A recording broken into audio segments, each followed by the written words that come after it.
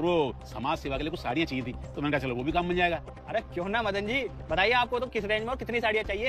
अरे यार समाज सेवा के काम से चाहिए, तो सस्ती साड़ी हो ना वो बताओ। 101 साड़ी लेनी थी। समाज सेवा के लिए चाहिए और वो भी सस्ती साड़ी। हाँ एक काम हो सकता है मदन जी आपके लिए।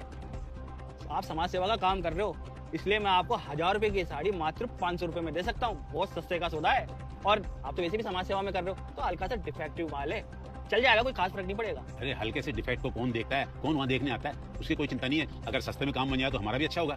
हाँ, लेकिन एक बात का ध्यान रखना मदन जी, आप ये माल डिफेक्टिव माल है और सेठ जी ने मुझे खास तौर से कहा है ये किसी भी कस्टमर को मत दिखाना, लेकिन मैं फिर भी आपको दे रहा हूँ क्योंकि 2 पैसा आपको मिल जाएगा, 2 पैसा मुझे मिल जाएगा, दोनों का फायदा हो जाएगा। लेकिन आप खास तौर से फिर वापस आपको बोल रहा हूँ, सेठ जी तक ये बात नहीं पहुंचनी चाहिए। अरे मेरे को कोई पागल कुत्ते ने थोड़ी काटा जो सेठ जी को बताऊंगा।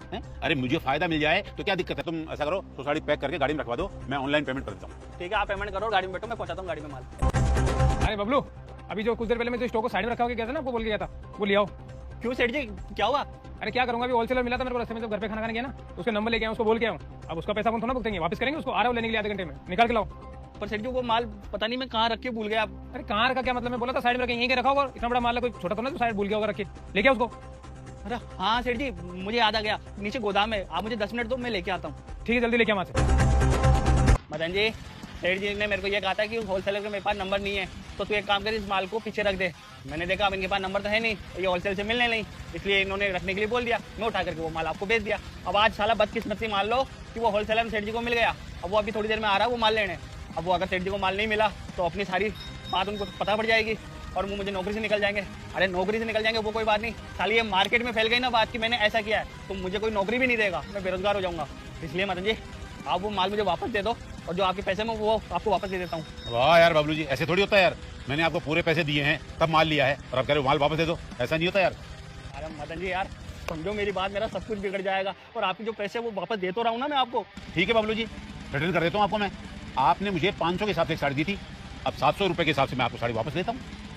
यार मदन जी, ये तो बहुत गलत कर रहे हो आप मेरी मजबूरी का फायदा उठा रहे हो। अरे भाई मजबूरी कैसी, ये तो तुम्हारे लालच का नतीजा है। तुमने सेठ जी से धोखा किया, लालच किया, ये इतनी में पैसे कमाए, उसका नतीजा है। अब तुम्हारी नौकरी जाए या तुम्हारी मार्केट में बदनामी हो, उससे मुझे क्या मतलब है? सोचो। अब तो भैया बात सुन लो, अगर तुमको ये माल वापस लेना है तो 700 रुपए एक साड़ी के लूंगा, देख लो। और हाँ, मैं तुम्हारे लिए रियायत क्यों करूँ? तुमने भी मुझे 300 रुपए की साड़ी थोड़ी लगाई थी, 500 रुपए की दी थी ना, बस 200 रुपए एक्स्ट्रा कमाने वाली बात है, मैं तो लूंगा।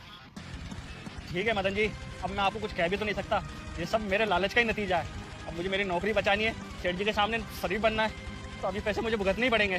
ठीक है, मैं करता हूँ आपको आपका पेमेंट, मुझे मेरा माल दो। ठीक है, मैं माल अंदर से लाता हूँ, तुम